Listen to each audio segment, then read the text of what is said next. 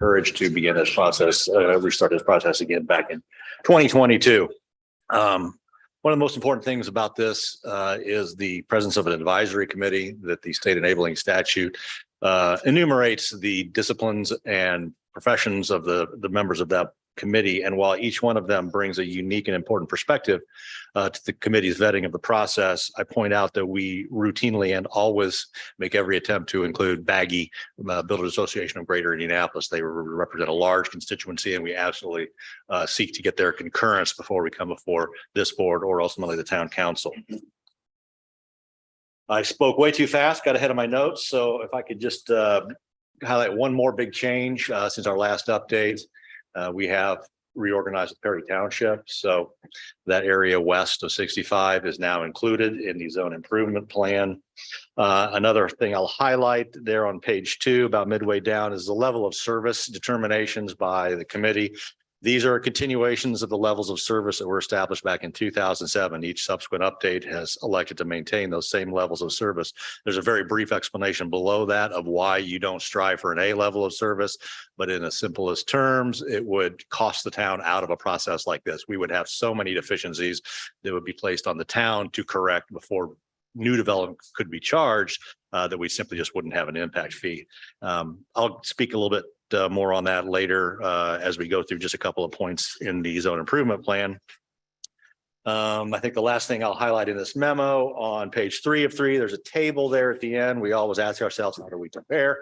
This is a rational nexus process, right? There has to be a direct association of costs, contribution to traffic woes by future development, and a very calculated process. But of course, checks and balances, where do we compare with our neighbors who have also adopted a similar process through the year? You can see there that the current proposed fee is $278.35 per trip. And then, of course, that far column shows you where we fall with our peer communities. And immediately to the left, it shows you that levels of service C, D, and E are the routine selections to make this a viable process. I'll move on now just to a couple of things to highlight in the zone improvement plan. If you have that available in front of you, digitally or otherwise, the first thing I'll call out is on page 11, where it describes those levels of service, right? What does A, B, C, D, E, F mean? It's a very familiar scale to everyone, right? We all went to school, we're familiar with that. But there's actually a timing delay based on the level of service assigned. And you can see for an intersection, we have chosen routinely the level of service C, which is 20.1 seconds to 35 seconds of delay on average for a vehicle to get through an intersection.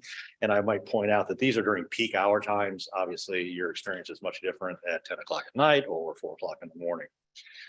So that is kind of intuitive, right? How long does it take me to get through an intersection? On the next page, on page 12, it talks about how do you determine level of service on a roadway. And the simplest way to explain that is how often when I'm on a roadway is something other than the speed limit dictating how fast I drive, right? On a level of service A, if it's a posted speed limit of 45 miles an hour, 92% of the time, I'm able to achieve that without my driving being influenced by congestion or other people's on the road or their behaviors. Moving on then briefly, and I want to give this all the due consideration you would like, but I do respond to this if you think you're knowing all this, right, and moving along. So please guide me to the appropriate level of discussion or you'd like to have. Beginning then on page 16 are several series of tables. The first set there deals with intersections levels of service for existing intersections. And I mentioned earlier that you cannot charge new development for existing problems. So this table goes through and lists every intersection that currently performs during peak hour times below a level of service C. These are expenses the town as an entity must address before we can collect or apply impact fees. That table then continues on page 22 with the 10-year mitigation, and that begins the intersections that are forecast to reach or fall to a level of service below C on a 10-year horizon. And those begin to be the projects that you can charge new development for. And you can see that there is a very specific intersection improvement noted with each intersection. The committee went through intersection by intersection. These days, in most cases, the mitigation is a roundabout, single lane or multi-lane, depending. My question when considering intersection improvement is always, all right, let's put a roundabout. And the first question is, well, why not? Is there a reason not to? So each one of those was discussed by the committee, led by Mr. Brown of A&F. So I won't bore you with the rest of those tables. Let's conclude things here. On page 47, then we've got a lot of traffic data we collect. A lot of committee discussion on what exactly to do at the intersections that are forecasted to have substandard levels of service. And you can see that at the very bottom of the page is the formula that distills all of this data down to a single per trip fee. Turning the page then to 48, you can see at the top, kind of squeezed in there right below the header, our actual numbers plugged into that formula.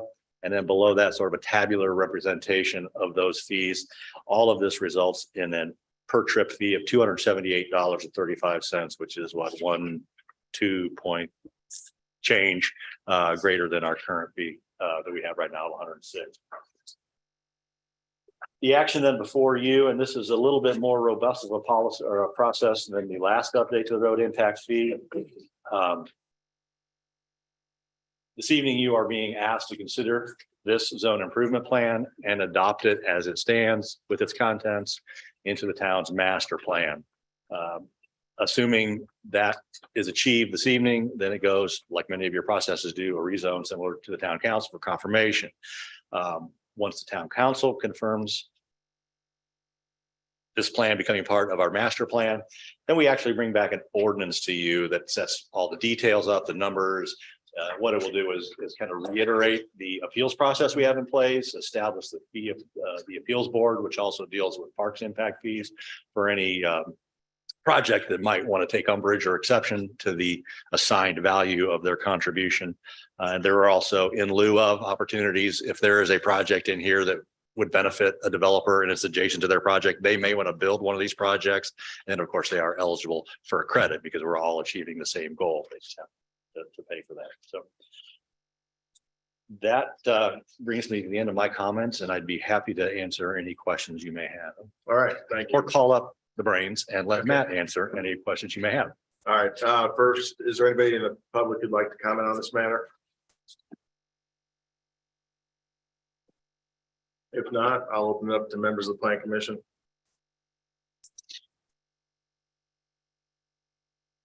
I'd always like just one of the things that stuck out, and I read it repeatedly, just for more clarification, the existing problems.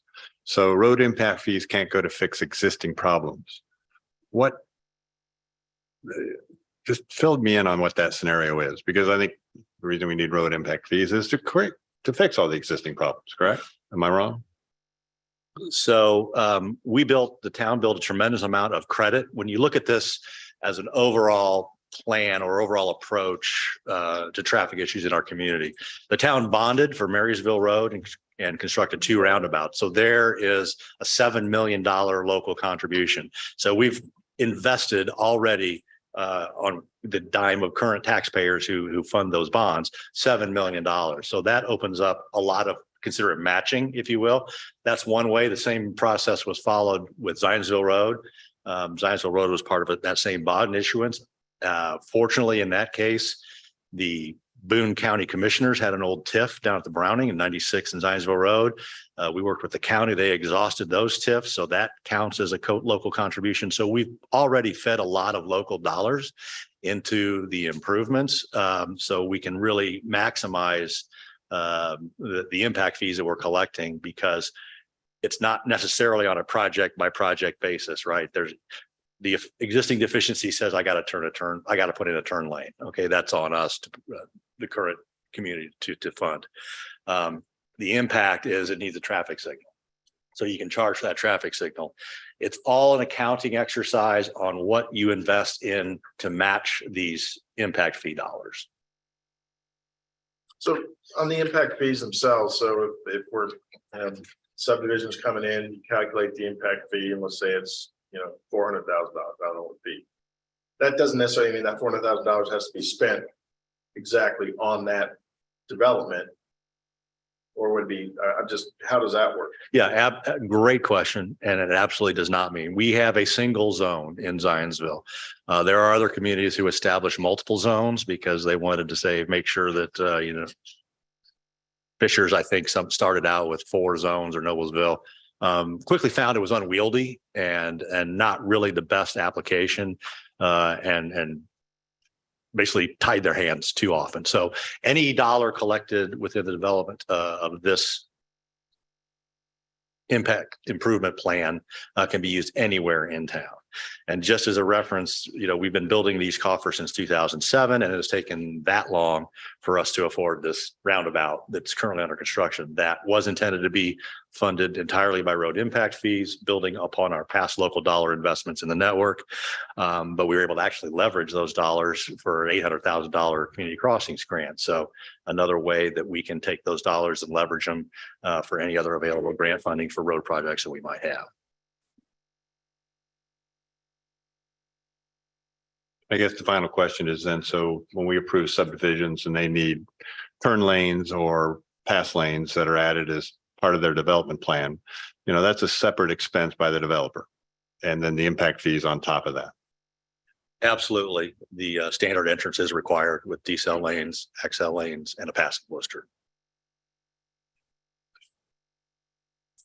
And I've already asked this question before and got the answer, I know, but just for everybody's education here, this is a very specific calculation. There's no variance. You can't sit there and say, well, we really should be 15% higher. It's the calculation. It's what it is. That's it. It absolutely must be the rational nexus. And I think one point I may have neglected to make is that upon final adoption, as this bounces back and forth between this board and the town council, there's a 6-month moratorium on this new fee. So we continue on with 6 months under the current pricing structure. And that's out of deference to someone who might be bringing a project right to the finish line, ready to pull permits. And then all of a sudden, bam, your pro forma shot. So we won't start this till 6 months after final adoption. Good. I guess I would like a little clarification after our chairman or president's comment. The formula is set, but your inputs were decided by committee, right? The method of treatment, roundabout versus signal, those were determined by committee work and preferences of staff, frankly. Is there more to the question, or did Well, and I'm not suggesting this is appropriate or necessary. If we wanted a higher number, there are other inputs we could have changed, because the formula is. But even the trips are kind of established based upon the size of this building or those. I mean, the trips are set. There's a chart you look up and says this is this estimated number of trips, correct? Correct. That had. But we do get triggered to a choose thought. at what level of service we wish to make it. Yes. That's, Right. Yeah, that Okay. is. And, Good. oddly enough, if we had gone for B, we'd be getting less money. Well, then let's go the other way. Well, then when this was first discussed in committee back in 2007, there was a lot of discussion on what's your pain point, what's your threshold. And each committee iteration, we've provided examples. This is a level of service C. If you drive through here at 5:30, you're going to see what is our floor of our threshold. So it kind of gets some real world experience to I am sure it's all quantify very them. well done and work. I just, the formula may be set, but there are other things that. we Sure. decide. There are absolutely variables that could be adjusted to make the fee go up or down. And Whitestown must not have a road impact fee because I don't see them in their chart. They do not. Okay. Yeah. Thank I you. will say, as a committee member, we did look at some of those levers that we could pull and what that might do and what the impact was and what the downstream effect of that was. And I think we felt like we got to what was reasonable, palatable, and gave us the best footing as we would go to do this again in 5 or 10 years. Well, I would just like to say this is one of the best put together reports. Easy to read, easy to figure out what you were trying to say. So my compliments to you and your committee.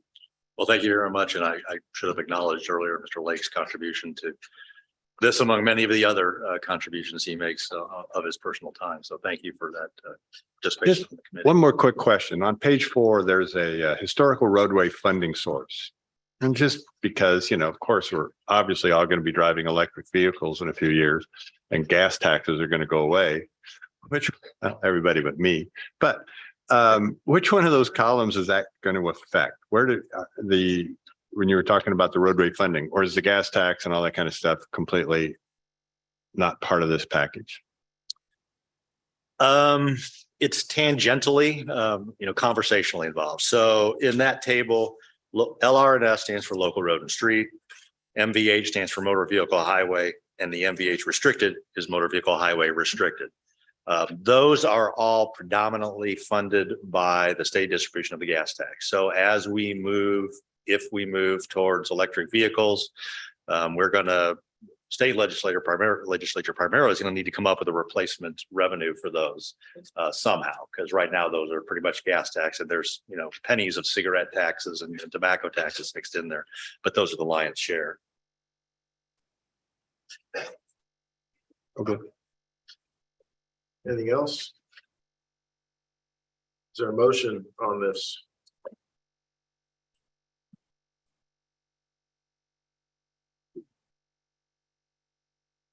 You just need a motion to approve the resolution. So I move to approve the resolution as drafted. Is there a second? Second. Any further discussion? All in favor, signify by aye. Opposed by nay. You have your resolution. Thank you very much for your time this evening and your, as always, keen attention to detail. Very much appreciated. Thank you. Document number 2023-30Z, and I'll read the next one with it. 2023-31RP, Harris FLP, Appaloosa Crossing, lots J and K rezoning, and replat about lots IJK, 3295 and 3301 South US Highway 421, petition rezone lots J and K, a portion of Appaloosa Drive and all of the block B of Appaloosa Crossing in the rural professional business PB district to the rural general business GB district, and being within the rural Michigan road overlay. And the second one is at address 3263, 3295, and 3307 South US 421, petition for replatting outlots I, J, and K and Appaloosa Crossing to enlarge lot I and to combine lots J and K with block B and a portion of Appaloosa Drive into a single lot, being in the rural general business GB and rural professional business PB districts and within the rural Michigan road overlay. Petitioner present. Oh, Roger, I'll get it. I'll eventually remember it. So Roger. I'm going to be patient. I'll wait for you to call on me. So thank you. Yes, the two petitions you mentioned are definitely companion petitions to tell the story of these two, though I am also going to need to include a portion of the story about the third petition following that being for the Culver's Restaurant. I want to give each petition its own due, but again, to make sense out of the different petitions, I need to combine some information from the other two. So please bear with me as I tell the story. The first petition of these three that was filed was actually the development plan for Culver's, and it was filed for the existing lot I and an additional 18 feet of lot J. While you wouldn't think that 18 feet makes a lot of difference, those 18 feet are what led to the other two petitions to be heard tonight. And if we can have my screen pulled up, please.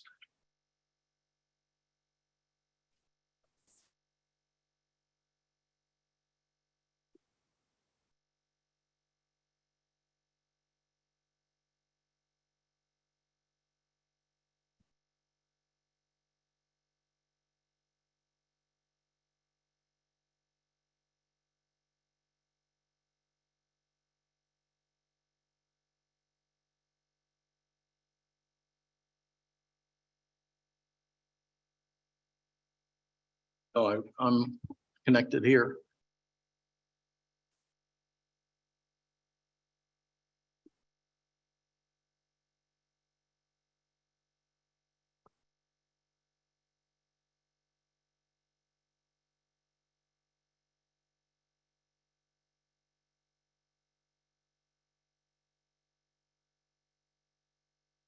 Go. Thank you. The three petitions I need to tell the story about are all located up in Appaloosa Crossing.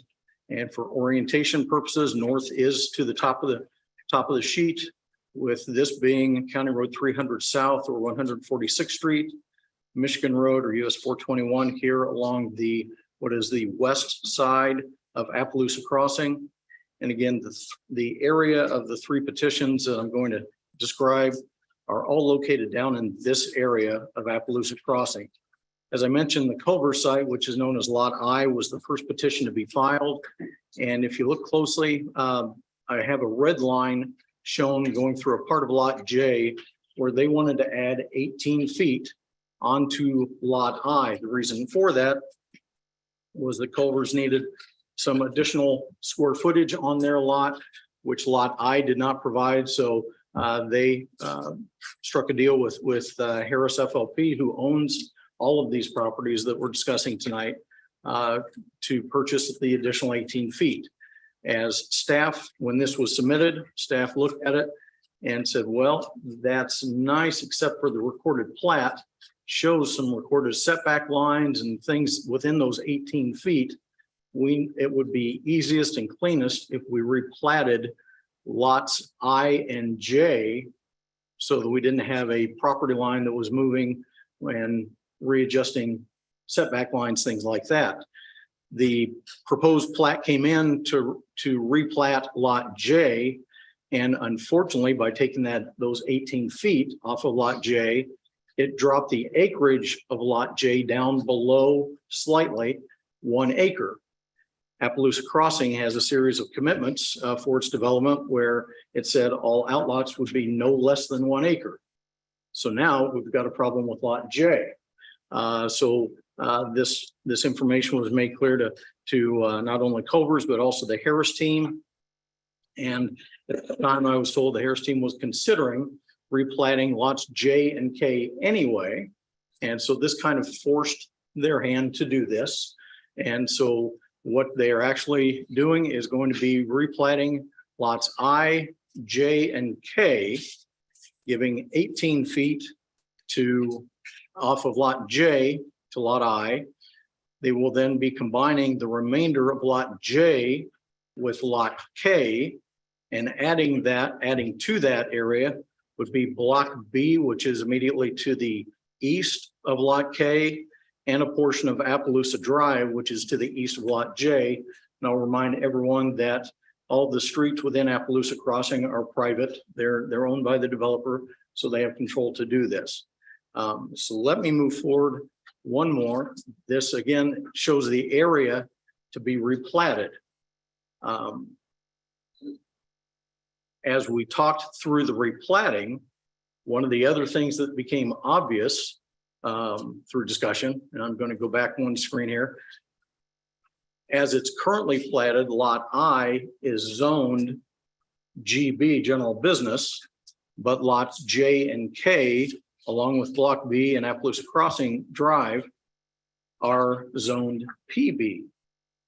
The petitioner, in looking at this, decided, well, let's go ahead and rezone everything to the GB district to be consistent with lot I.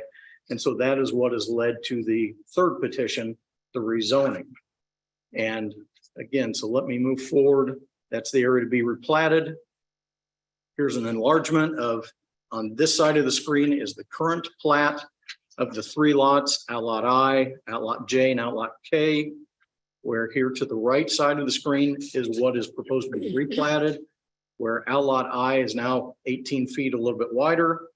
Outlot J, as shown, is a combination of the remainder of outlot J and outlot K, along with block B and that portion of Appaloosa Drive. Moving forward, this is the zoning map of the area. And again, it is showing the area that would be rezoned from the PB district to the GB district. Again, the lot that is Culvers is already zoned GB, so it does not have to be, but the petitioner is requesting that lots J and K, along with block B and Appaloosa Crossing Drive, be rezoned from PB to GB. Now staying on the rezoning petition. Obviously, one thing that is of interest to the planning commission and town council when considering rezonings is what does the comprehensive plan call for this area? I've tried to identify it. It's very difficult. It's such a small area, but the area of proposed rezoning is right here. I tried to circle it in black, but what that is showing is that area is marked for mixed use. And as is the remainder of Appaloosa Crossing. So staff believes that this would be in concert with what the comprehensive plan is calling for, the requested rezoning. With the original rezoning for Appaloosa Crossing that was done back in 2008, there were a series of development commitments associated with that rezoning. And that rezoning was done while the property was still under the county's jurisdiction. It has since been incorporated into Zionsville's jurisdiction. We adopted those same development standards and commitments that were in place in 2008. Those standards have been amended a couple different times since then. I provided the two most recent set of commitments concerning this real estate for your reference. I'm only got a couple of slides from those commitments here on the screen that I'm going to show. In your package, you did have the entire set of commitments with them. Most recently in 2020, amendment was made to relocate a water feature that had originally been planned to go along parallel and along the frontage of Michigan Road. It was relocated from this area down to a southern lot, the most southern lot of Appaloosa Crossing. And I outline that here, and that's a little important as we get a little bit further into the discussion. I'll come back to this topic. So if you can keep that in the back of your mind, please. But that lot is a common area that's designed to be retention pond. That was the most recent commitment amendment. Prior to that, they had gone through a restatement of all the commitments back in 2019. And I provide those here because within that set of commitments, it also included all those uses that would be prohibited within the development. I'm showing those quickly here to point out these same commitments would still apply to the requested rezoning tonight. Nothing is being removed. Those still would apply to the requested rezoning. So we go through, and this is the original layout for those commitments. Again, if you look down here to the south, it does not show that most recent lot where which they added to the overall development, which is going to serve as a retention pond. Again, the water feature was right through here, and it has been relocated down to this area. And I bring that up because one of the other concerns Planning Commission and Town Council should have is not only the comprehensive plan, but what are the other uses adjacent to the ground that's being rezoned. One of the reasons why this area had originally been zoned for PB, a less intense district than what the GB is because they were looking to provide some buffering to those residences to the south. At that time, again, the lot where the retention pond is going now was not a part of Appaloosa Crossing. So they were truly butting their uses up against residential. They now have a lot that is designed as a retention pond to hopefully provide that buffer area, which is one of the rationale the petitioners presented for why they should be able to change this zoning from the PB to the GB district. Again, this location map just gives a little bit clearer indication as to the area that is going to be rezoned, that they are requesting be rezoned from PB to GB. With that, I'm going to pause on the rezoning. I will add, though, that staff does support a favorable recommendation of the rezoning request tonight. I'll be glad to answer any questions I might have on the rezoning. All right, thank you. So I don't know if you want the petitioner to address rezoning, or would you like me to go straight into the replatting? Keep going? Yeah, keep going. Okay, I will do that. Again, this is the area that is being requested to be replatted tonight. Some of these drawings you've already seen, but I wanted to bring them back up just so they're fresh. Again, the drawing here on the left side of the screen is the current layout of the lots. Again, with outlot I, outlot J, outlot K. Outlot I would grow to the south by about 18 feet. The remainder of outlot J and outlot K would be merged together with block B and a portion of Appaloosa Drive, so that it would result then in one large lot to be known as outlot J, and outlot I would be enlarged to accommodate the proposed Culver's restaurant, which we will hear in just a little bit. Everything, the requested plat has been reviewed using the standards of the Zionsville zoning ordinance and found to be compliant with the exceptions noted in the attached comment letter. And when you came in this evening, you should have found at your location, I had left for each one of you an updated or revised Exhibit 6. You'll see down in the lower right, I've highlighted Exhibit 6 revised.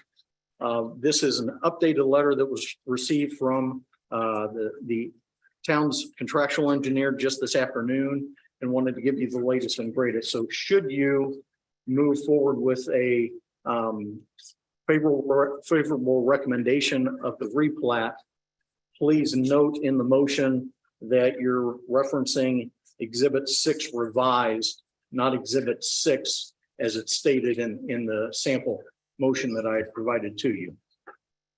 With that, now I'll answer any questions regarding the replat. All right, anybody? Roger, should we jump to Matt? Mr. Price?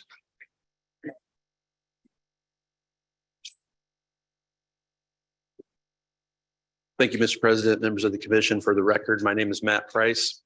I'm attorney for Harris FLP tonight. Very much appreciate Roger's thorough review of both petitions, the rezoning and the replat.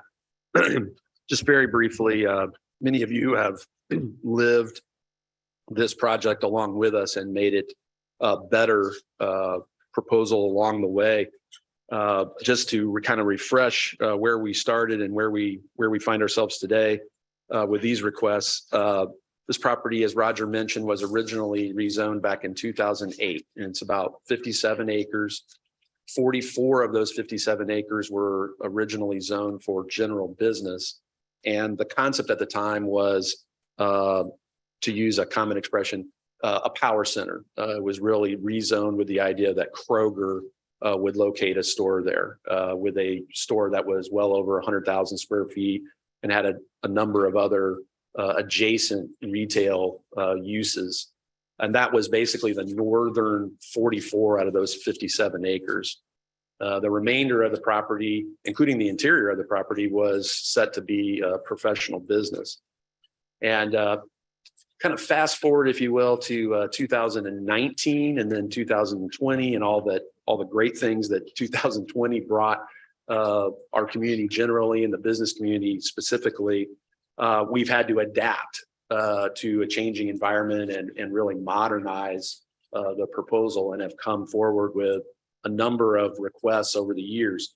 And what it's resulted in is a more of a mixed use project that includes a significant residential component with the townhome project, and then locates the business uses along the perimeter of both Michigan Road and County Road 300 or 146th Street, as Roger mentioned.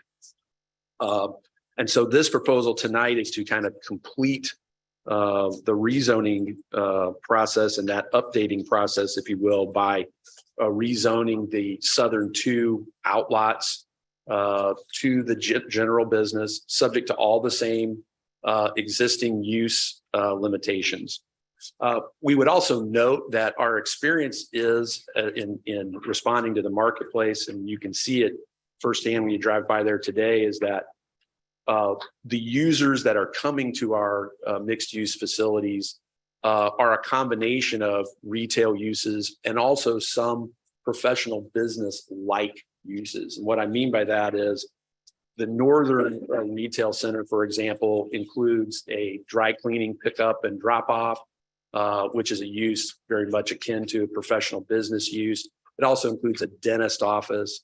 What we're proposing for this newly created combined outlot is a smaller version of the building that's already out there today for mixed use. That would include a couple of restaurant users, including a brunch, lunch spot, as well as a med spa user and potentially a chiropractor.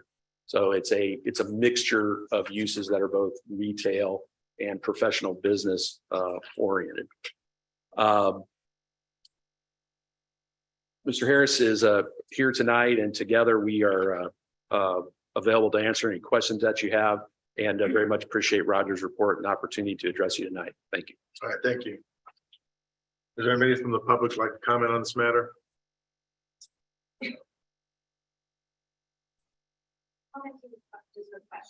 But you have to come up, state your name, ask the question.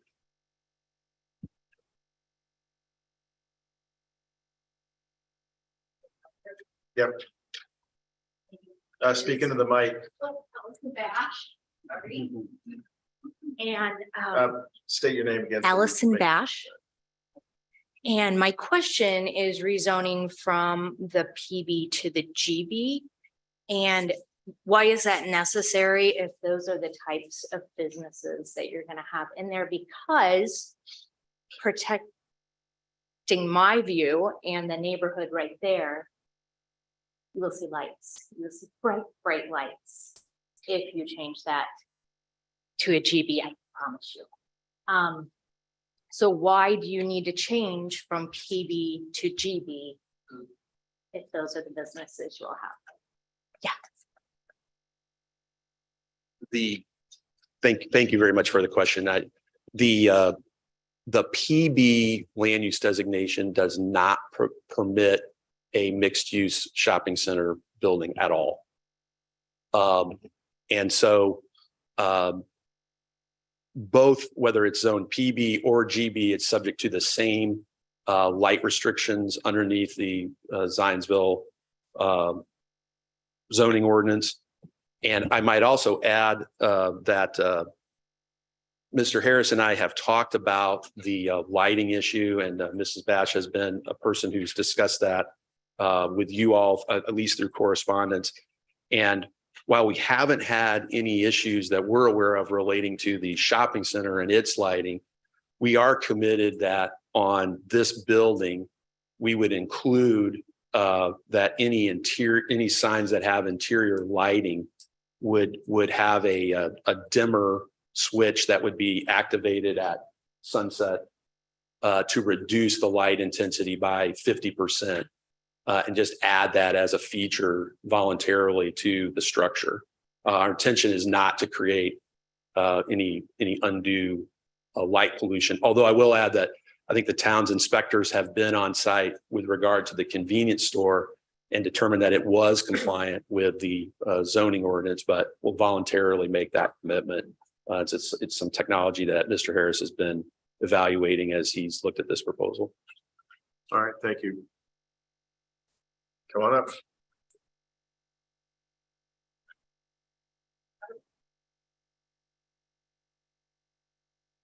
Allison Bash.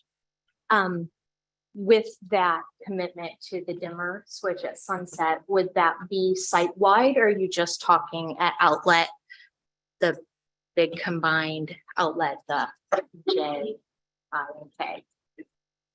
Can I? Yes. Okay, and also the convenience store gas station was not in compliance. It took a while to get it in compliance, and I'm not quite sure. I just measured the foot lights recently. We have a tool to do that, and they're still not in compliance per our electrician. And the roof lights that go along the building top come in my back window at night and shine off my front window. They're on the pond. Would those also be continuing onto all of your buildings? And just that the lights around the convenience store, And that Culver's always has too. Will those dim at sunset as well? Thank you. The commitment I was making was limited to the new structure. The existing building is not equipped with that dimmer technology. I've not heard of any incident where the existing retail facility has been viewed as being non-compliant at all. And I'm happy to have a discussion about the convenience store. I know just from my own observation, it appears the convenience store is turning off some of its lighting, I think voluntarily. All right, thank you. All right, at this time, I'll open up to any members of the planning commission, questions, comments. So I am pleased that the uses, the restricted uses carry over in this instance. I'd kind of made a list of ones that all fall in your list, mainly because they would have probably been too heavy of a use for an adjacent residential area. The other change, though, that concerns me is going to a GB. Commercial buildings can be 75 foot versus 35 foot. Would you guys be willing to commit to nothing over 40 foot? Height. Yes. Thank you. I can speak to the lighting issue a little bit. We did get complaints about the convenience store exterior lighting exceeding the town's light standards. And we have our zoning or permit technician go out there a number of times with a light meter. And it has concluded that based on adjustments made by the landowner, the exterior lighting is in compliance with the town's lighting restrictions. There was some discrepancy because our inspector wasn't holding the light meter at the right angle.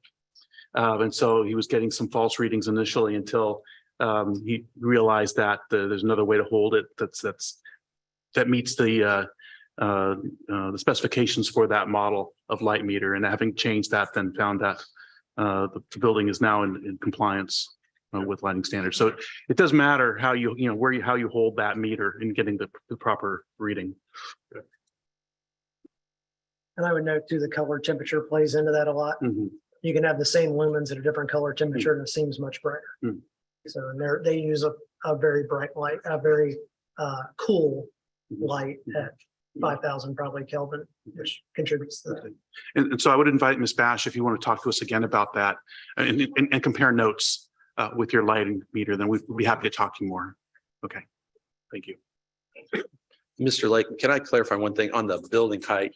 Can we make that commitment exclusive of a cupola or decorative I would be fine with that. adornment? Of how about we just say of the main roof line Main roof line would be, or parapet? that would be preferable because I think the way Zionsville measures heights to the tallest vehicle. Yes. Yeah, fair enough. Any other questions? Yeah, just back on lighting again.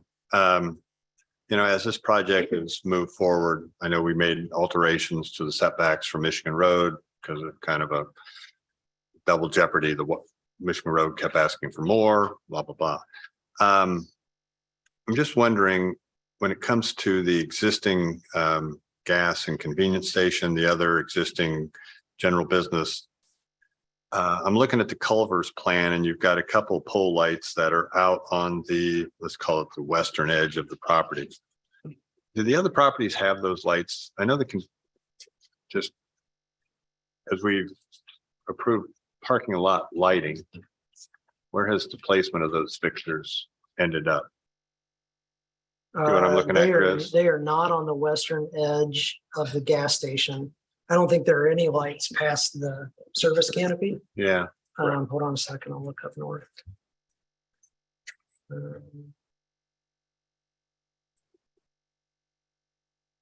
On the northern addition, the lights are at the west edge of the parking lot. Are they for the Yeah, parking out in there? the landscape at the west edge of the parking lot. And then you got like 15 foot, and then you've got a trail and the grass between the road. And as we move to more GB zoning for those other lots, we're going to get more of the same down on those parcels as well. That'd be a correct assumption.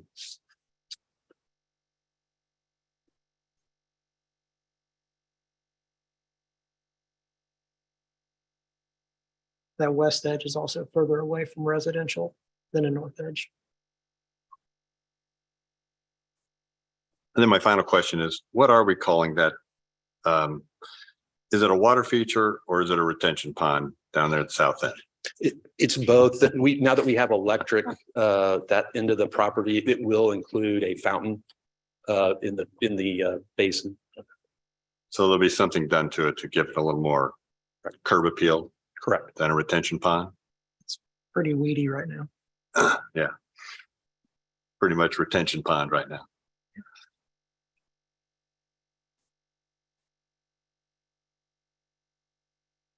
Any other questions, comments?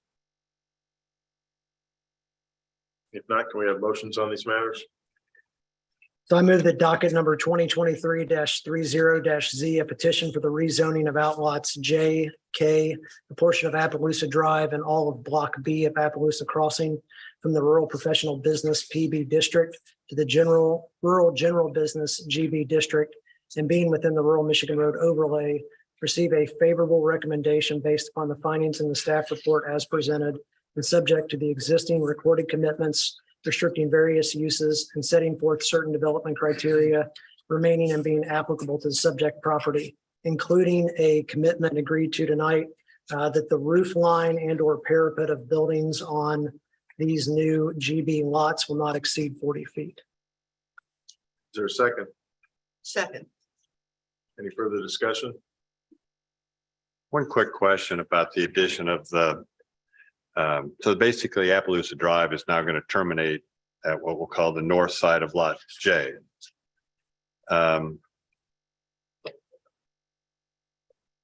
Is there any concern with losing any of that buffer to the housing to the east?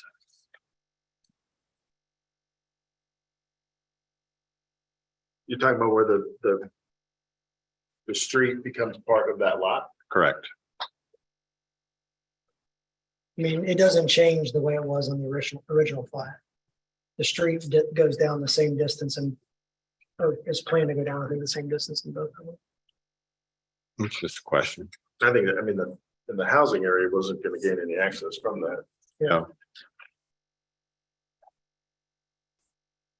It's a good question.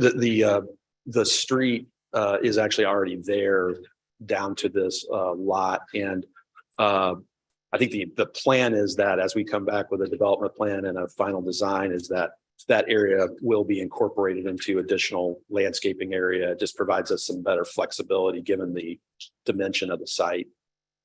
A little more maneuverability with it. I thank you. I guess that goes back to the request for a change from a professional to a general business. So now you've got something that's going to have longer hours. I don't think we really in the professional business dictate hours of operation, but generally the reason we do it is because they're more limited hours versus restaurants or other things going on in the evening. Most of which though are restricted out based on the covenants and that use anyway. And that Their commitments. their commitments are. Yeah, pubs and taverns are out.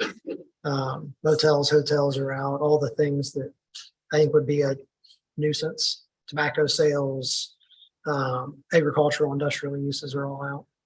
All right, so we have a motion and a second. Any further discussion?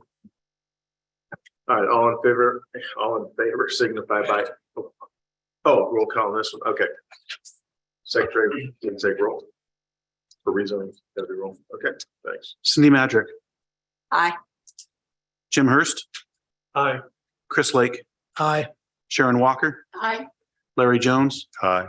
Mary Grabanowski, Aye. David Franz. Aye. So we will forward that recommendation to the town council. And do we have a motion on the replat?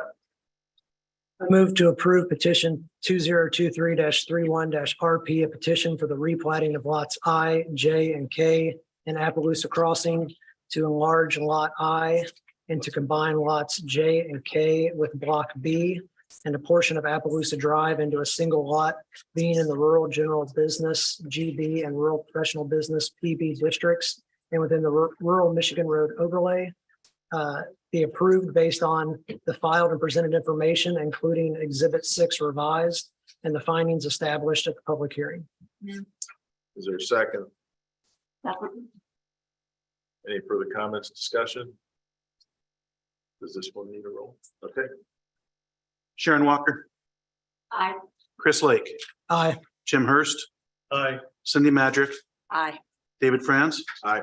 Mary Grabanowski, Aye. Larry Jones. Aye. All right, that is also approved 7-0. Thank you very much. Next item on the docket, 2023-24 DP. Culver's Restaurant, 3263 South US Highway 421, Zionsville. Petition for the approval of the development plan of a restaurant with a drive-through being in the rural general business district and within the rural Michigan overlay MRO. Waivers for architectural design and exterior building materials are also requested. Roger. Thank you. Completing the trifecta of the three petitions. This is the development plan for the proposed Culver's Restaurant. On the screen, I have, again, the location map showing the site being identified as Lot I of Appaloosa Crossing. The site plan that's provided up on the screen, let me stop for a moment before I go into the site plan. This project has already received 2 variances from the Board of Zoning Appeals. On March 1st, it first received a development standards variance for the basically the reduction of a required 6-foot landscape strip along this frontage of Michigan Road. There is already a required 30-foot wide buffer yard in this area. And one of the requirements of the rural Michigan Road overlay is that in addition to that 30-foot wide buffer, an additional 6-foot wide planting strip needs to be in place if there is any parking located between the front of the building and Michigan Road. And in that case, there is some parking here. And so there was that requirement for the 6-foot wide additional planting strip. They requested a waiver or a variance of that requirement, very similar, not very exactly similar to what other petitions along this stretch of Appaloosa Crossing have requested and received. The requirement was, though, that for the planting materials that were to be placed in that area, they were to be reallocated around other portions of the site. So it wasn't a removal of the planting materials, just a removal of that additional 6-foot wide strip. The second variance that they petitioned for and were granted from the BZA is a requirement, again, from the rural Michigan Road overlay that no building, no site more than 1,320 feet from the intersection of County Road 300 South and Michigan Road, could anything outside of that range could not have a drive-through facility. So they requested a variance of use to permit a drive-through facility. The BZA did grant that. Again, that was at the March 1st, 2023 hearing from the BZA. So with that, I'll now go into a description of what the site plan presents. First of all, again, this is located just on the southeast corner of Hanoverian Street and Michigan Road. The sole point of vehicular entry onto the Culver site would be here on the backside of the property, back on Appaloosa Drive, both in full in and out here. The building is just a little bit over 4,600 square feet.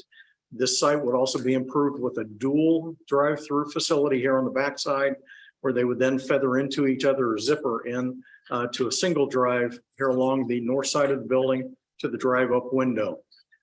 Following the vehicular path around the site, again, coming around to the front of the building, there would be angled parking in front. There's an outdoor seating area in front of the building. Continuing on around to the south side of the site is the main and primary parking field for the development.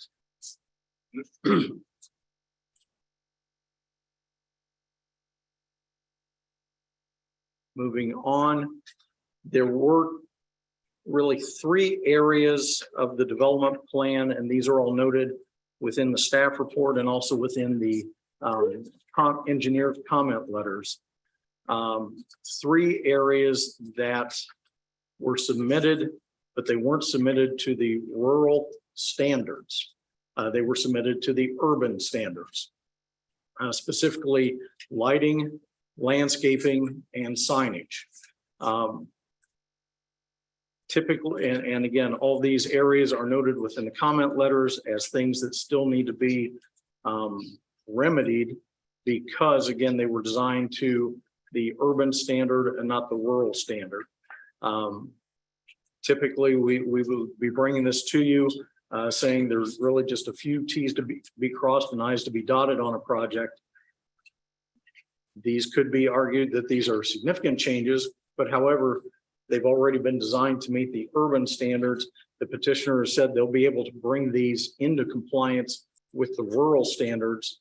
So staff is going to leave it up to you as to whether these are items that can be approved conditionally, meaning leave it up to staff to confirm, or do you want it to come back once the revised items have been remedied to the rural standard?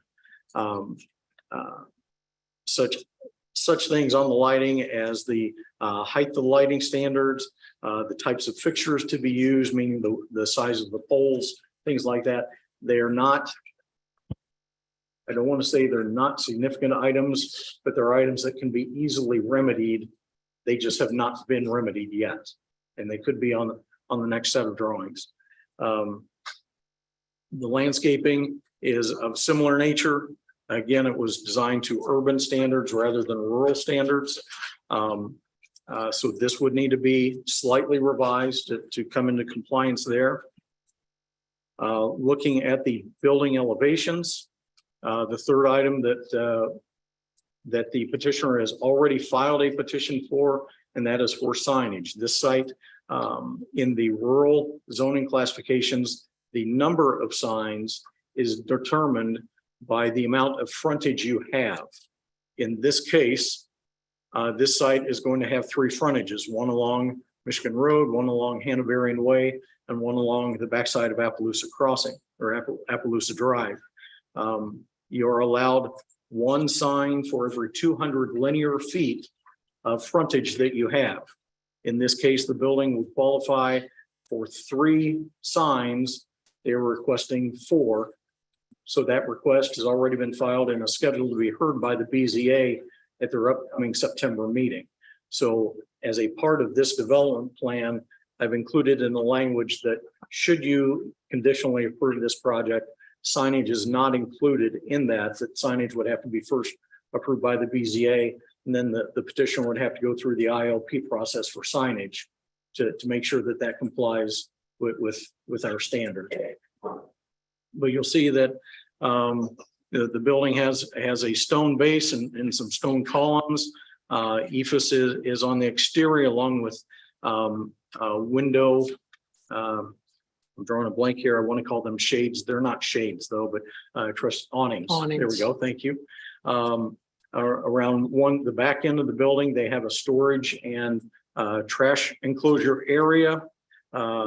This is the depiction of what would be the front of the building facing Michigan Road, where they have, again, an outdoor seating area that would be under roofed area. This is the back side of the building that would be facing Appaloosa Drive. And then this is the side of the building that would be facing Hanoverian Way, where you have the cars would come up and stack to the drive-up window at this location.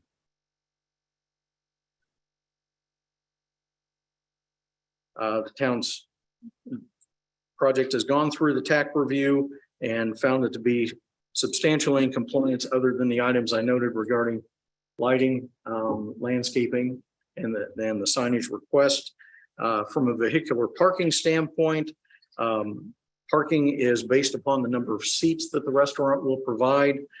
They are proposing a total of 145 seats. That would be comprised of 129 interior seats and 16 outside. That would result in a requirement of 49 parking spaces. Their site plan is providing a total of 71. with 3 of those 71 being ADA compliant. As for the requested waiver of architectural building design, this site, again, being within the rural Michigan Road overlay, is required to meet the Zionsville theme. This same waiver request has been made of all other development out in Appaloosa Crossing. When the first building for Appaloosa Crossing came in, they wanted to establish their own theme, somewhat of a farm or barn style appearance, which again did not comply with the Zionsville theme. They requested the same architectural waiver. All the other projects that are under construction that have been approved out there have requested this same waiver to match up with the Appaloosa theme, not the Zionsville theme. So staff would recommend that approval of the architectural building design waiver be approved. Staff also recognizes there's a number of the items still to be addressed by the petitioner. However, staff's position is favorable to a conditional approval of the petition for development plan for a restaurant with drive-through facilities, again, not including the signage.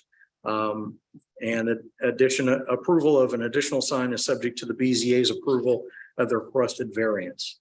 I'll be glad to answer any questions you might have. All right, thank you. At this time, would the petitioner like to make any comments?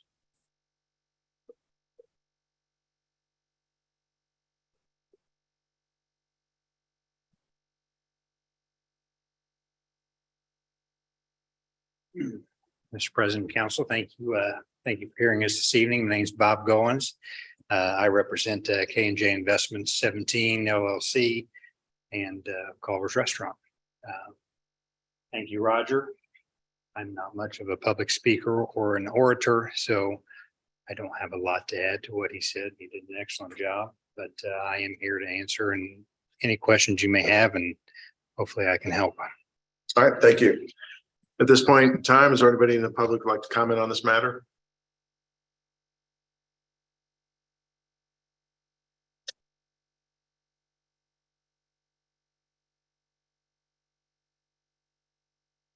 My name's Julie Earhart Graves, and I, along with Allison Bash and several other neighbors, live across 421 from Appaloosa Crossing. I think I've got a concern. Every building so far that's been installed, the 2 buildings that have been installed and are occupied at this time, all have rooftop lighting that we see from our backyard, from every bedroom window.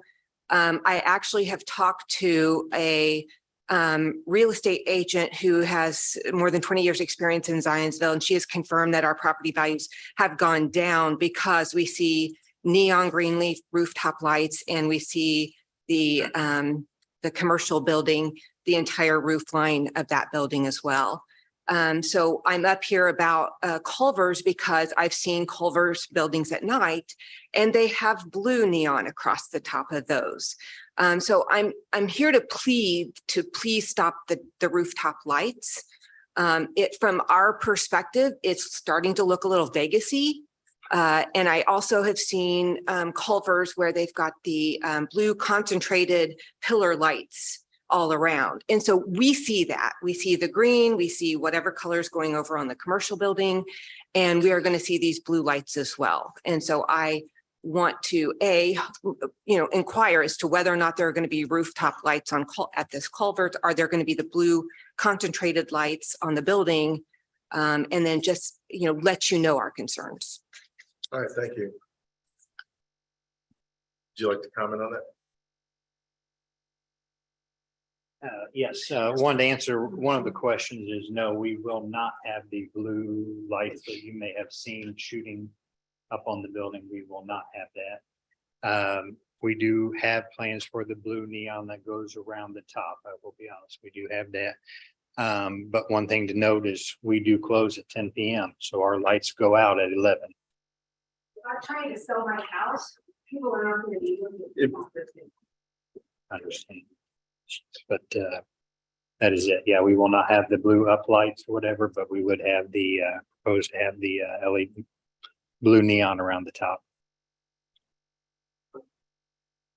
Anybody else have any public comment?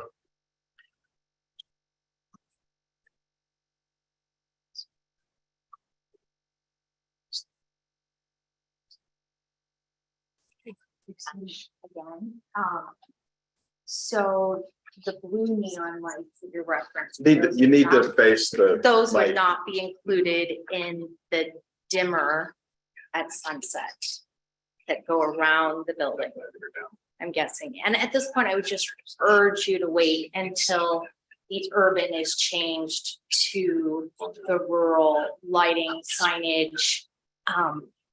Just because I think we need to see that on paper, see that it in fact is going to happen. My property in particular, it's a miracle it happened. I lost 15% value because of the construction and the lighting. So they said if it gets worse over the next year, I get to appeal next year and all is more. So it is affecting us. It's affecting us tremendously. I just urge you to hold off the vote and to get the urban changed on the development over to rural and really look at maybe these fluorescent lights around the rooftops that are being used, because it does impact us and it does impact the quality and the value of our homes and our properties. Right. Thank you. Thank you.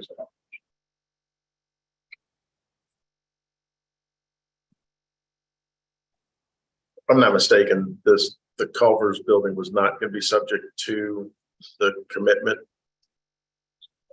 Okay. Anybody else? If not, at this point in time, open up to members of the Planning Commission. This end of the commission down here was looking at images of Culvers at night.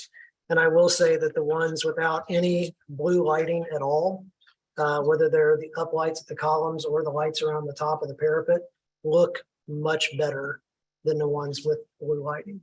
So I think for me, there would have to be a commitment to have no blue lighting on the project at all before I'd be willing to consider this further. And they have other properties that are. Yeah, I'm looking at probably a third of the images have no blue lighting at all. A third have just the roof line at the parapet lit up. And then a third look like they're a Vegas nightclub. Blew up every single column and facade. For this site, we would be willing to get rid of the blue neon lights. That's normally we don't, but in this case, it's not. It wouldn't be a problem. I would be willing to make the commitment not to put the blue neons around the top. Okay, thank you. Thank you. Roger, I'm assuming that the urban versus rural items that you identified, they're pretty straightforward as to, it's really easy for you to say these are compliant or these are not compliant. Is that correct? That is correct.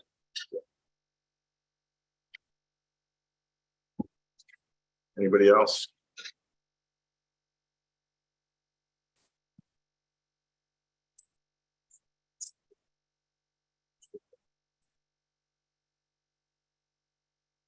If not, we have to have a couple motions. There's a waiver.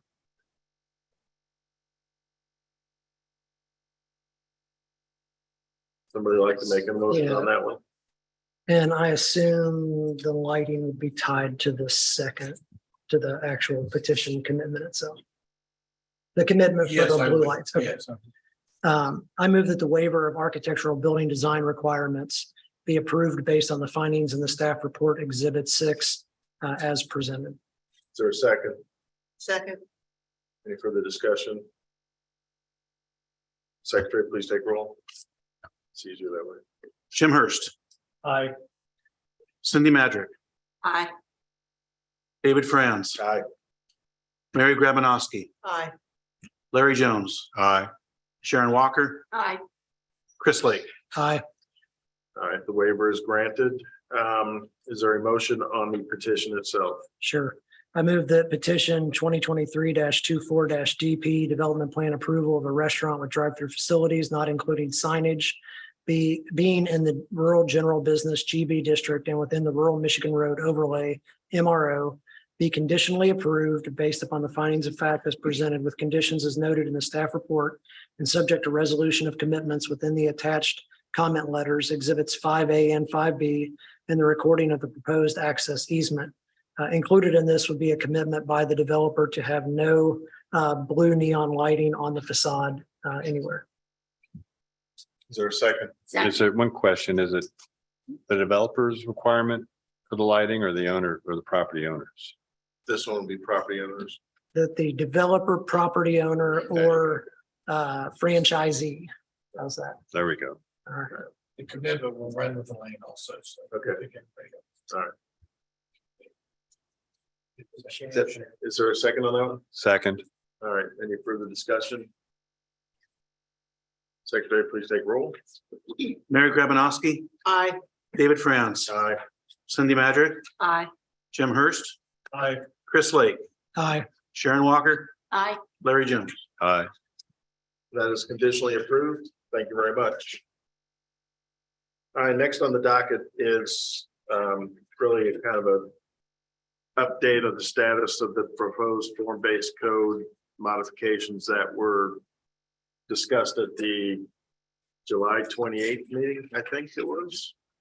So I believe McKenna's representative Lippens, Paul Lippens is online.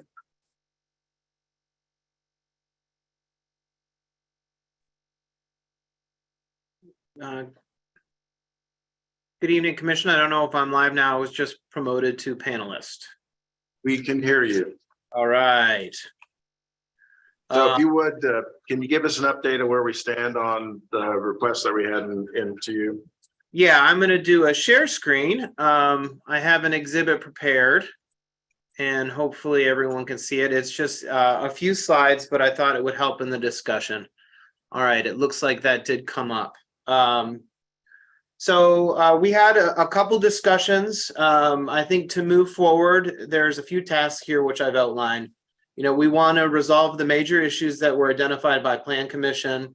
In several coordination meetings with staff, we thought the best approach moving forward would be to then create a memorandum of amendments that we would bring back to Plan Commission so that you could review the ordinance along with the major amendments and some minor amendments, but then forward a recommendation to Town Council with amendments. And then Town Council's role in the process would be then to consider the ordinance along with a memorandum of recommended amendments from Plan Commission. So based on the conversations, I have a concise list here of what in conversation with staff we've determined are the major issues along with some potential solutions. So I think the biggest issue raised overall is that the form-based requirements are too restrictive, both in the types of architectural standards, but as well as how much of the township they're perceived to apply to. So the big solution we'd like to discuss tonight is to essentially turn this into a hybrid code so that only some of the districts the form-based requirements would apply, and in several of the districts, the majority of the town actually, the districts would be permitted to use the building types, but not required. So the districts where the form-based codes would not be required, we're proposing are the AG district, the NR district, the N1 district, the N2 district, the MU3 corridor commercial district, which would be, I think it's important to have at least one commercial district where the form-based requirements would also not apply. And then the I1, I2, and the AZ, the airport district. In addition to exempting those districts from the requirement to follow the form-based code procedures, we would also meaningfully relax the material standards. For instance, take out the brick coursing requirement, include other types of wood and side paneling, including composites along with cedar and some of the other notes that we've discussed. But the material standards were one kind of point of issue that we've discussed in the form-based code. And we would propose relaxing those also within the districts where the form-based code would apply. Another major issue that has been brought up is that the solar and wind utility standards, which would be required to go through the special exception process, should also be required to have overlay zones, a utility overlay zone that would have to be approved through a rezoning process. We think that recommendation is a good recommendation, so we would create overlay zones for major utilities. Another issue that wasn't described in such detail is the town currently has special use districts for institutional, predominantly governmental uses.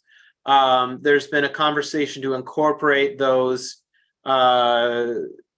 special use districts into the underlying districts, which already could permit institutional uses. So that's a revision we've discussed with staff as well.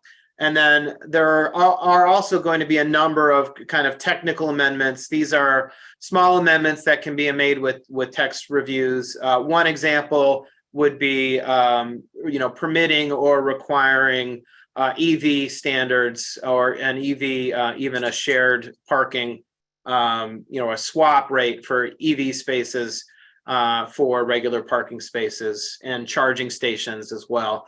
So that type of a text amendment could be incorporated as part of a technical text amendment into an amendment so you could kind of see these amendments one by one. And our strategy would be to kind of incorporate some of these smaller issues that were raised through comments Plan Commission has provided to staff in that technical memo. So really, we kind of have three large scale categories and then a catch-all for technical amendments, which are for some of the smaller issues that individual planning commissioners have brought up and shared during the review. So I wanted to do just a quick slide on that form-based district applicability. In Article 5, the first section of Article 5, it says all new construction in the town of Zionsville must meet the requirements of this article. We would change that to this district applicability, and it would say all new construction in the NV, N3, MU1, MU2, and MUV districts are required to meet the requirements of this article. And then we would say within those other districts I just mentioned, the AG, NR, N1, N2, MU3, I1, I2, and AZ districts, they would be permitted to utilize the requirements of the article in accordance with the table of permitted building types, but not required to follow the process. So that's what would make this a hybrid code. The town in the future would be able to amend this section if you felt it was appropriate to utilize building types in these other districts. But for the purpose of moving forward, it would apply to a much smaller section of the town. This is the map, the current proposed zoning map. And just to show everyone, the areas in which the form-based code would apply are not the entire areas in red here, but for the most part, these are the districts where those districts would apply. So you see, this would really effectively make the form-based code section of the plan apply in a much smaller area of the town, and it would address the overall concern that that part of the code was too restrictive and allow the town to move forward with zoning code that really does achieve the goals of modernizing the code, eliminating and consolidating obsolete building types, as well as consolidating the functionality of the districts within the areas that are outside of these form-based districts as well. So tonight, I think what we want to hear from Planning Commission are if we missed any of the major issues. So if there are outstanding major issues, I would love to hear kind of that discussion so that we can get with staff and come up with those solutions. With respect to kind of technical amendments, a process or even a recommendation from Plan Commission to get any minor technical amendments, those types of edits to staff within a time period. We do think with this approach, we could turn around that technical amendment fairly quickly and place the item on the agenda for consideration with a technical memorandum for Plan Commission's consideration, hopefully even in September, if you like this path forward. So this is the process then. We would be recommending kind of the new thing after our meetings last month would be to create this memo with proposed amendments for consideration. And then we would be going back to the process. This is our process slide. We got through the public draft final draft. We have not scheduled the public hearing process. So what we'd be doing here is kind of amending the process to include this part where we take Plan Commission's feedback, we create an amendment memorandum so that memorandum can be public and can, be available for Plan Commission at the time where you have your public hearing process. And then we would be looking for Plan Commission to forward those amendments to Town Council. Town Council may, of course, have additional amendments. They may not concur with the amendments that Plan Commission recommended. But after Town Council has that opportunity to also see that amendment memorandum, we would then add the amendments into a final zoning ordinance, which then would be the one that would come into effect if it were adopted. So this is an efficient way for us to address the fact that Plan Commission has raised some major issues that you'd like to see addressed. And the idea is by addressing those issues, we get Plan Commission something in relatively short order that you would feel confident voting on. And I don't know if I missed anything, Mike. I think this is what we discussed preparing for this evening, and I'll stop my share, and I would love to hear Planning Commission's thoughts. All right, thank you. Just let you know, I'm not taking any public comment on this one tonight. We're discussing it. I still think we're probably gonna have another informational meeting. I think that would be recommended. So we'll give the public another opportunity to comment at that time before we have the actual hearings on the matter. So I'd like to get anybody's feedback from the commission here. So the thing I still have the most trouble with is, Paul, I feel like you guys are conflating form-based code and design. Form-based code does not dictate design. It dictates massing. It dictates where a building sits on a site, but it does not dictate design. So by pulling out certain districts that don't have to follow the form-based code, but the rest of them are still required to meet the design requirements, doesn't really help, because the strict design requirements are the issue, not the form. So the form part, of the form-based codes I've researched, I haven't found any that have the architectural design requirements this code has. And we keep saying that we're trying to give relief on the form-based code, conflating form-based code and design. And the two need to be discussed separately. Keeping some of the design requirements that are in those uses that still have to follow them do not allow for reasonable buildings to be built in any of those zones. Reasonable buildings that you can construct in a modern day manner with modern day materials that somebody can afford to build, that somebody can afford to own, lease, rent. That just doesn't, those don't compute. And so we need to untangle those two issues. And I don't feel we've done that yet. Just simply by pulling some out and saying, well, they don't have to follow the form-based code because that was the problem. The problem wasn't the form-based code. The problem was the design standards, in my opinion. So that's the one thing where I still think we're struggling, because we're conflating those two topics. Yeah, and I tend to, not 100%, but I tend to agree that a lot of this that we get caught up is the actual design of the buildings, the materials, and all that stuff. So we've talked about adding schedules in this to say, well, these new materials, that sort of thing. But I just think this has got a lot of work to go. I think I'm not arguing this isn't a good first step. So I still think we need some input, additional input from the members of the Planning Commission on this. Like I said, I still think we're going to have another public meeting to get comment. Anybody else? This is opportunity to kind of say what you want to say. Well, I have something very small, but to me, it's not small. The map that you gave us, I had mine enlarged so I could see it better. You left off I-65, the I-65 corridor. You didn't show State Road 267. And that may not seem important, but with all the things that are happening and occurring on those two areas, you don't even show them, and they're very important. And there's a whole bunch of other stuff, but that was a little nitpicky thing. I thought they're not on there, and they need to be. because that will affect what we do over there. So that's my first comment.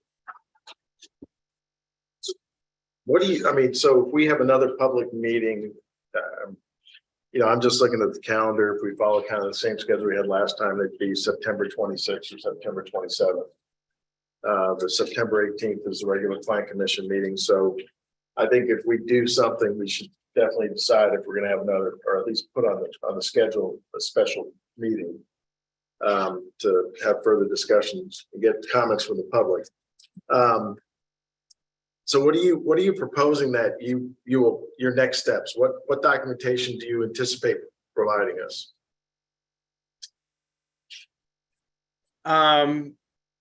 As I said, the proposal that I discussed with staff was to create a memorandum Amendment document. Mhm. That Okay.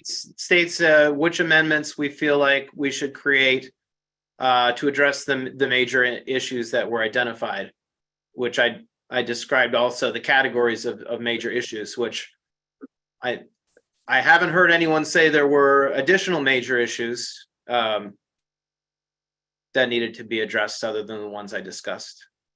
Well, I mean, it's a pretty, it's a pretty dense document. It's hard to, digest this and come up with every known issue. I still think if something like this were approved, I think this is going to be, for a little while, a living document. It's going to get, as things pop up, we're going to modify it. I just still see something like that's going to happen. I don't know how that would go about being done, but it sounds like some work. So when do you anticipate having what you were going to provide? Is that next week, or what's the timing of that? Well, it would largely depend on getting an understanding that plan commission concurs with the approach.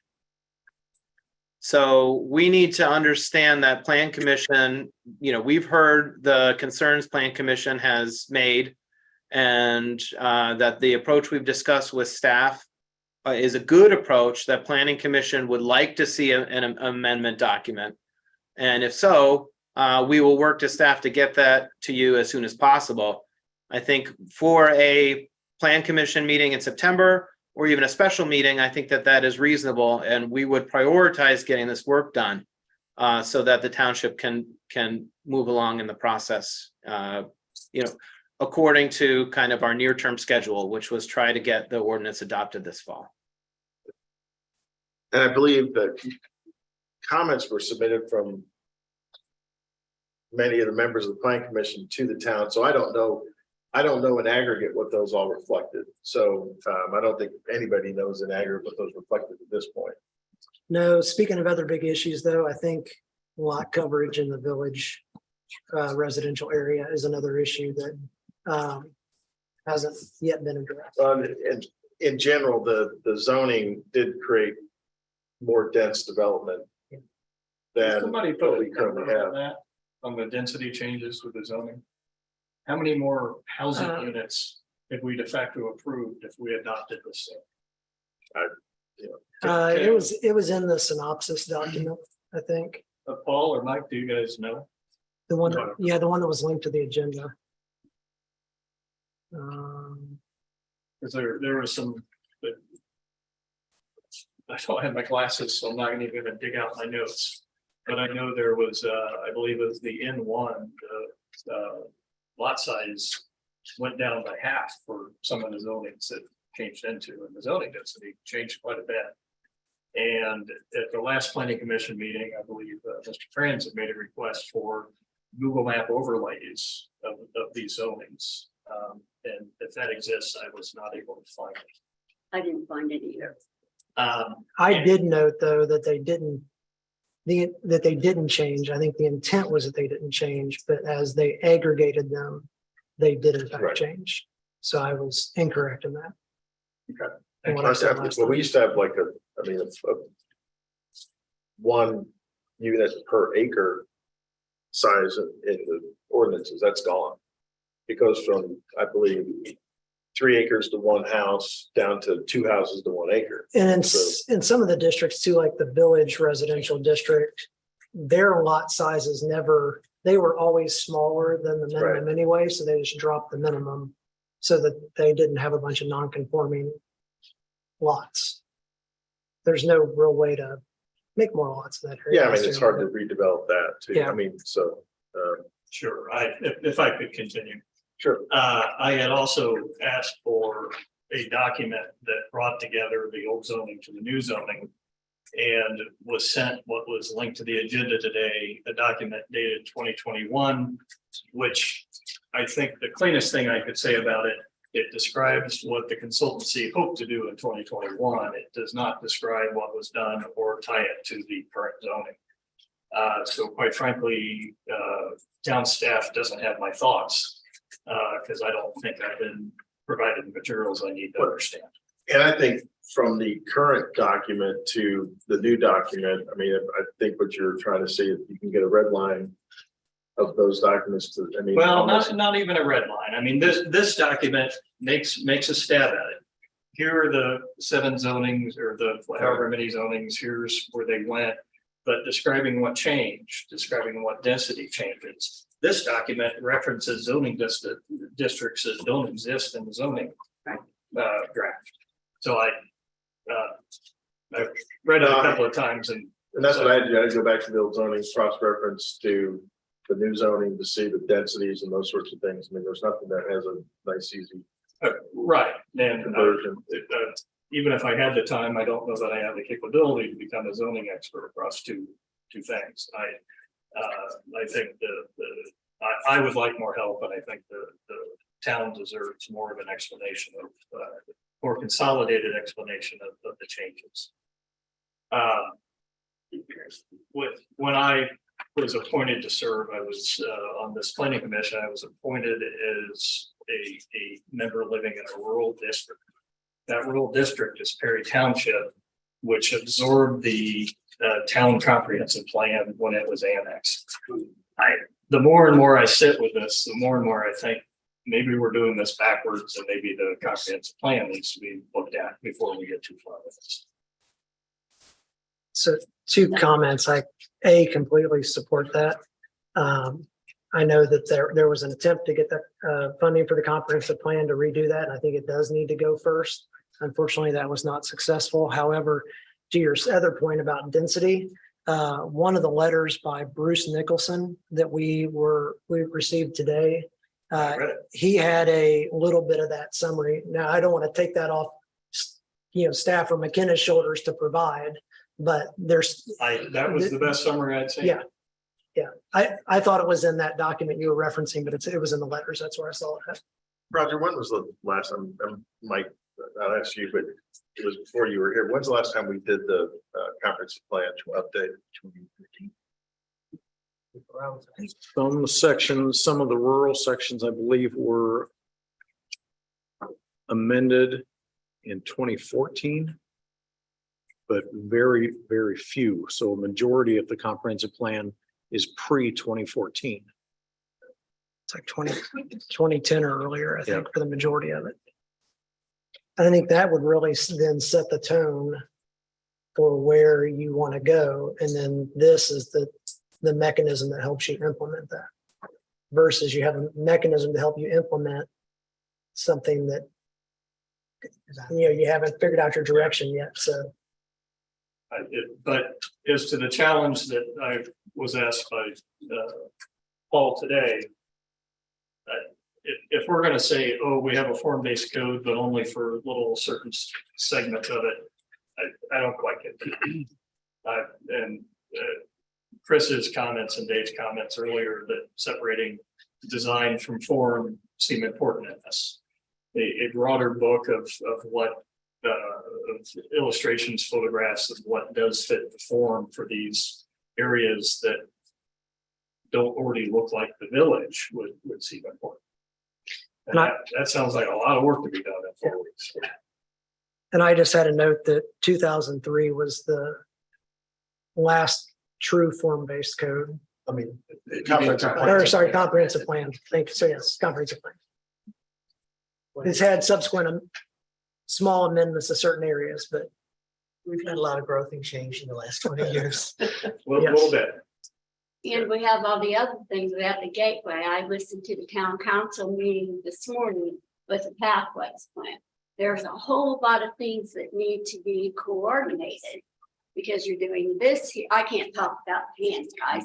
You're doing this here and then you're doing that. And it's like, there's overlap. They need to work together. A lot of people have spent a lot of time on these and a lot of good things. It looks like it's coming from them, but it's got to work together. You can't piecemeal this stuff, my opinion. And I don't like a lot of it. So there you go. So I'm gonna throw something out because I don't know if we're prepared to say, Paul, we know exactly what you want you to do right now. I mean, I would be willing to, sit on like a subcommittee or something like that that could meet with Mike, kind of hash out our thoughts here, and then we could kind of feed it to Paul and see how we can work that in. Is there other volunteers for that? Do all subcommittee members have to be from the commission? So I'm going to nominate somebody that's not going to like this, but David Roush, who is an architect here in town, who I think would be, who's been an architect in town long enough that I think he would have some very valuable input on this process. In particular, the separation of form and design.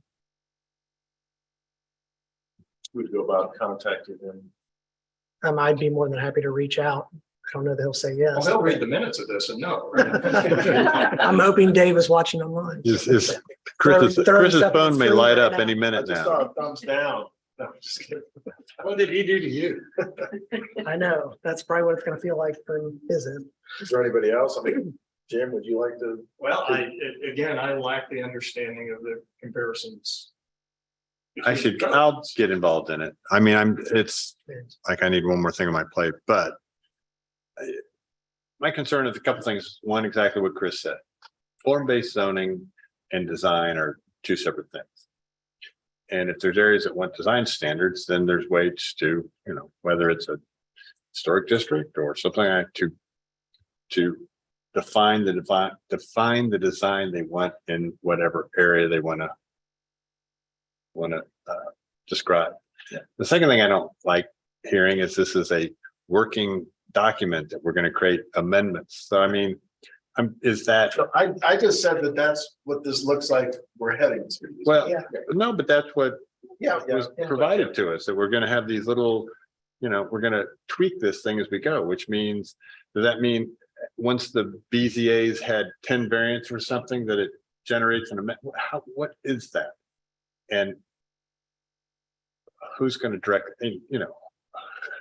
Who's going to create those? I'm just wondering what that process would be. Yeah. You have to be like how would you go about doing that? I've never seen that done before. I mean, generally what you do is if you have multiple variances on a fairly routine basis, then staff says to you, we need a text amendment. Unless you think this should still be the rule or the limitation, because we sure are getting a lot of variances. And then you will first consider a text amendment, and then it goes to the town council. That's the way it works in everywhere. So that is always part of the process, I would suppose. But yeah, in terms of like actual mechanism of this, I'm not sure how it works.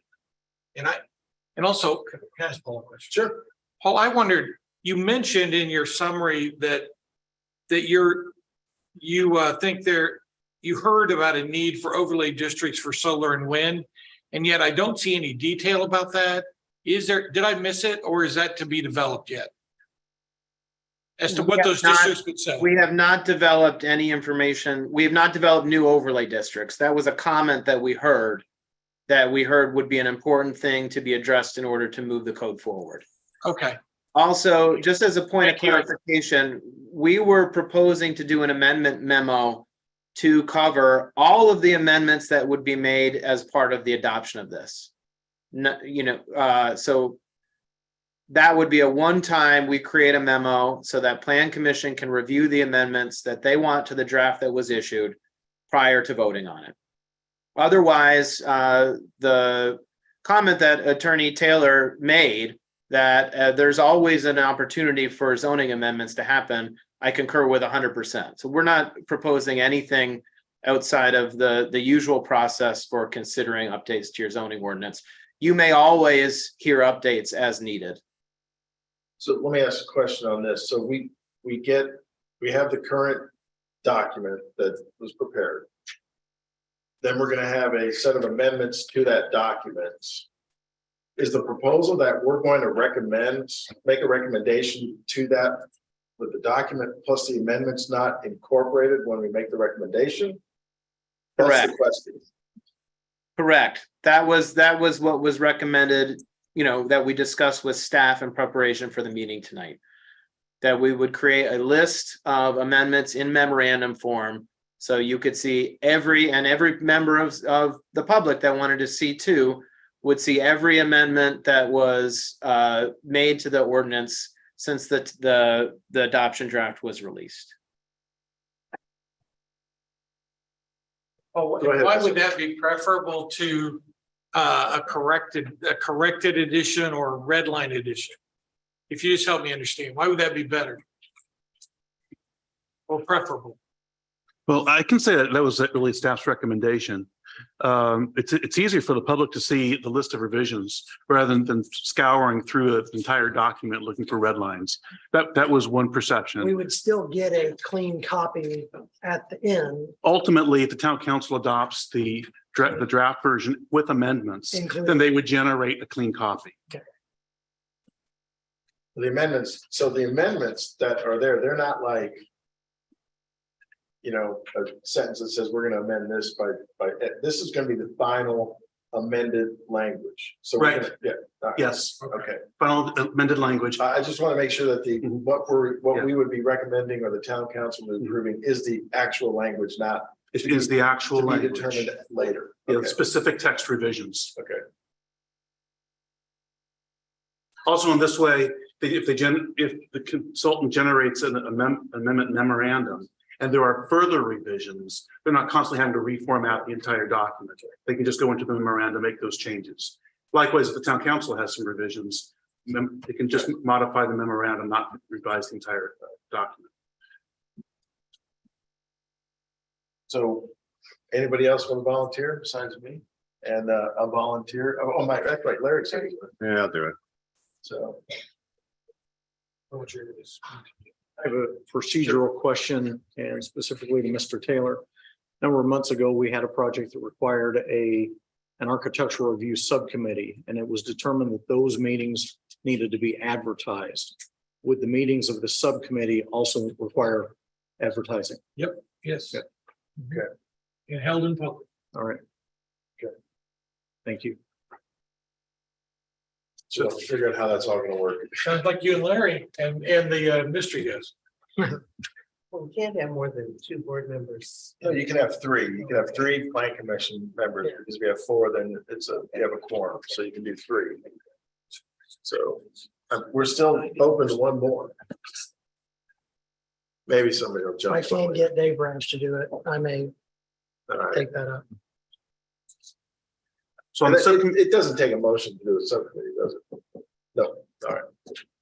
So the subcommittee consists of Larry Jones, David Roush potentially. Who else? Me,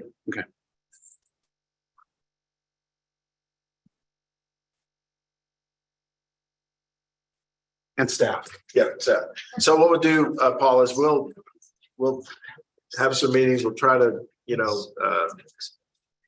qualitatively give you what we want you to work into the amendments. So it's going to be a little bit more time. So, Give a time frame in mind of when this committee would meet and well, if we have to publicly announce it, I mean, how much lead time do we have to give? 48 hours. Okay, I was hopefully trying to meet sometime like next week. I mean, something like that. I mean, subject to schedules. Yeah. I mean, I want to get this thing, I'd still like to do this so we could have the September 28th meeting, which that goes to another question. So we can always cancel that special meetings, but we should put that on the docket now, correct? Okay, so is everybody okay with the September 27th, I think is a Wednesday, September 28th is a Thursday meeting? Is everybody available for that? Next September 27th, 28th for a special meeting? I will not be here on the 27th and 20th. You can share me with that. You have such salient points, Chris. You do. I won't be. All right, so that doesn't work. Yeah. Good. I mean, could we do it? I mean, have 2 meetings that week of that September 18th? What's the 20th and 21st look like?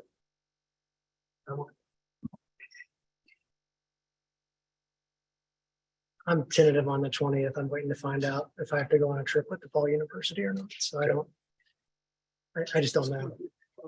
Well, I mean, if everybody else can make it, let's. It's a client trip. So I got you. I'm waiting on them to schedule it. I just have a hold.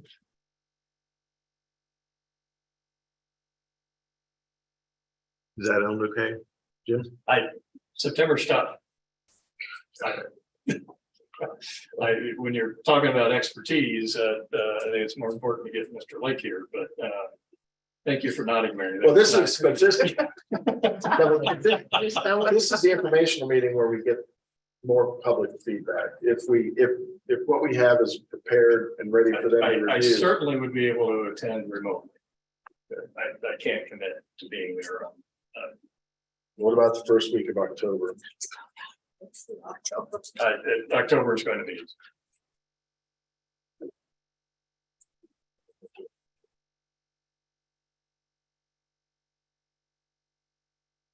October 4th, Wednesday, the 4th is a PZA hearing. Okay.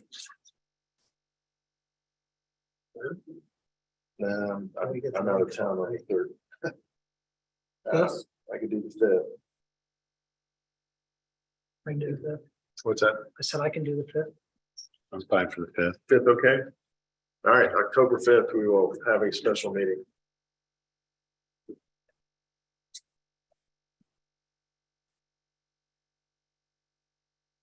And then I will work to arrange a committee meeting. Larry Jones, David Roush, Dave Franz, staff. Okay. Or perhaps next week. Just not Thursday or Friday. Okay, Monday through Wednesday. Next Mike. week. Let's see what we got. Mike, I will copy you when I email Dave Roush, Okay, and then you can just sounds good. Thank you. coordinate. So what is next week? 28, 29, 30.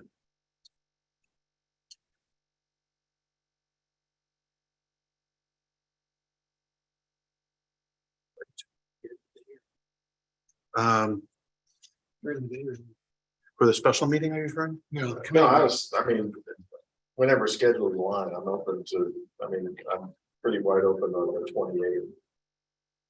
29th would be before noon and after 3. And the 30th would have to be.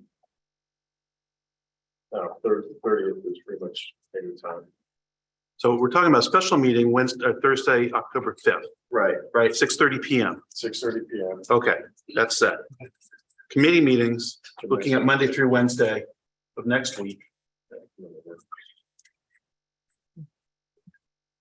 August 28th, 29th, or 30th. I mean, 31st, I've got that one. This time. So I can never work. Yeah, I'm open to it. What about the 31st, evening of the 31st, Larry, for the subcommittee Of, August for the first? yeah, I'm in New York. Only Monday through Wednesday next week is only available for. Unless you want to push it back another week. Well, let's do this. Why don't we let's try to schedule offline. Yep.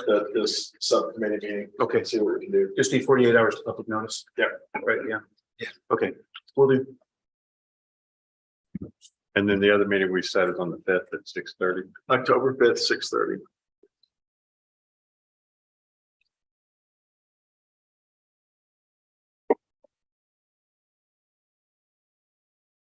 Hi, Paul.